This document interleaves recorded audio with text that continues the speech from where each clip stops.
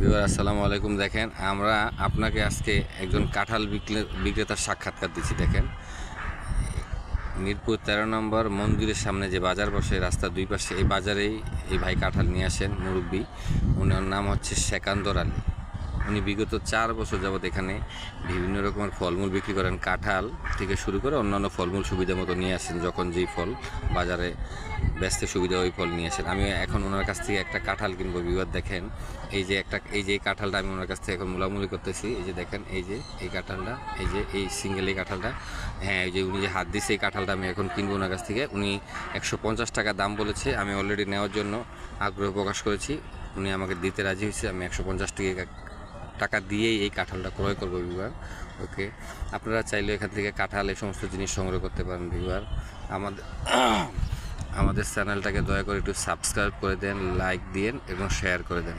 আশা করি যে কোনো ভিডিও পরবর্তীতে আবার আপনার সাথে দেখো। ওকে, আসসালামু আলাইকুম রহমতুল্লাহি ওয়া বারাকাতুহু।